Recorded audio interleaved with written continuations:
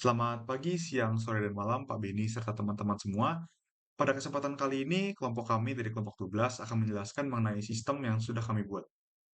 Sistem yang sudah kami buat berjudul Deteksi Transisi Respirasi Aerobik Anaerobik berdasarkan Respiratory Exchange Ratio atau RER menggunakan arsitektur Long Short Term Memory atau LSTM.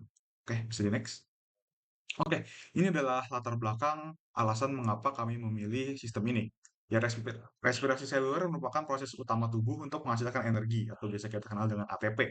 Saat intensitas aktivitas fisik meningkat, tubuh itu akan beralih dari respirasi aerobik menjadi anaerobik. Titik peralihan ini disebut anaerobic threshold, yang penting untuk mengetahui batas kemampuan dan juga tingkat kelelahan tubuh.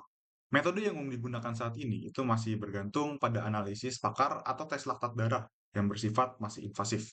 Dan ada sensor fisiologis modern, data seperti heart rate, VO2, VCO2 dapat dikumpulkan secara real time. Tantangannya adalah data tersebut berbentuk time series dan memiliki pola yang kompleks. Oleh karena itu, penelitian ini menggunakan long short term memory atau LSTM untuk mendeteksi transisi aerobik anaerobik secara otomatis, yang hasilnya diharapkan dapat mendukung pengembangan sistem pemantauan kesehatan dan kebugaran yang lebih akurat, cepat, dan juga non-invasif. Next. Untuk metode komputasi yang kami gunakan di sistem kami ini, kami menerapkan metode komputasi yang berbasis pada deep learning menggunakan arsitektur jaringan secara keseluruhan yaitu long short term memory yang sudah disebutkan sebelumnya. LSTM atau long short term memory ini memiliki mekanisme gerbang memori atau memory gates yang dirancang memang khusus untuk memproses dan mengingat urutan data dari waktu atau data time series. Karakteristik ini merupakan karakteristik yang sangat ideal untuk mengekstraksi ketergantungan temporal jangka panjang dari kedinamisan dari data VCO2 dan VO2, sehingga model mampu memprediksi titik terjadinya transisi metabolisme seluler. Untuk dataset yang kami gunakan, kami menggunakan dataset test measure CSV yang didapat dari visionet.org/content/treadmill exercise cardiores/1.0.1.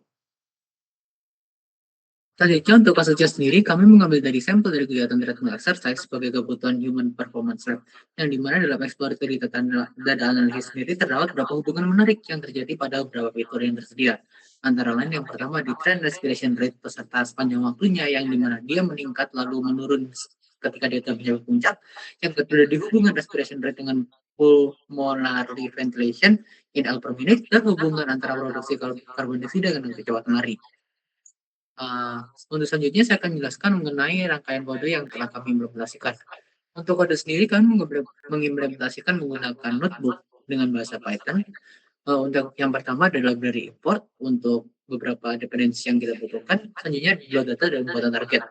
Data ini sendiri merupakan data test measures yang dapat dilihat di sini memiliki 31.000 baris dengan subjek 50, yang dimana kita melakukan sedikit perhitungan RR untuk menentukan RR tersebut. Selanjutnya ada di EDA itu sendiri. Dengan melakukan EDA ini sendiri, kami mendapatkan sebuah distribusi kelas anaerobik dan aerobik, dan juga tren RR sepanjang waktu dari salah satu subjeknya. Selanjutnya ada di heatmap korelasi fitur, yang dimana kita dapat melihat di sini bahwa RR dan anaerobik level itu berbanding lurus. Dan juga speed dan HR itu berbanding juga lurus, sebesar 0,74. Selanjutnya kita akan masuk pada Advanced Feature Engineering dan Preprocessing, yang dimana tujuan dari Advanced Feature Engineering dan Preprocessing ini adalah untuk menyederhanakan fitur-fitur yang susah dibaca oleh mesin sehingga menjadi lebih baik untuk dibaca pada mesin. Yang pertama, kita akan melakukan moving average per subject agar tidak bocor antar subjeknya. Selanjutnya ada di FF, ada forward fill dan backward fill dilakukan per subjek agar tidak melewati batas-batas antar subjek. Selanjutnya kita melakukan pembagian data menjadi train dan test berdasarkan subjek via Wisegrid. Selanjutnya kita akan masukkan pada scalar, lalu hasilnya adalah distribusi kelas train dengan 0 yaitu 11252 dan 1 yaitu 937, dan distribusi kelas testnya dengan anaerobik sebesar 3395 dan aerobik sebesar 277. Selanjutnya ada di modeling yaitu BLSTM, di mana kita menggunakan model sekuensial yang menggunakan batch normalization dan dropout, Lalu untuk modelnya sendiri kita menggunakan 20 epoch dengan batch size 32 untuk menghindari waktu tren yang cukup lama. Dengan hasil di sini kita mendapatkan hasil dengan 77%, yang dimana kurva loss yang dapat dilihat di sini dan metriknya dapat dilihat di sini. Dengan hasil 77% itu sebenarnya sudah sangat cukup untuk permodalan awal dan dapat dikembangkan lebih lanjut untuk permodalan yang lebih bagus dengan dataset yang lebih bagus lagi tentunya. Oke, selanjutnya untuk analisis hasil di sini dapat dilihat dari hasilnya di tabel berikut. Dari dua klasifikasi yang kami gunakan yaitu aerobik dan anaerobik. Pada klasifikasi aerobik, ketepatan prediksinya mencapai 86% dengan recall-nya di 74% dan explosion score-nya di 79% dari 3.000-an data yang terdeteksi sebagai aerobik. Lalu untuk anaerobiknya, ketepatannya mencapai 68% dengan recall 82%, F1 score 70%, dan jumlah data yang terdeteksi anaerobiknya adalah 2.277 data.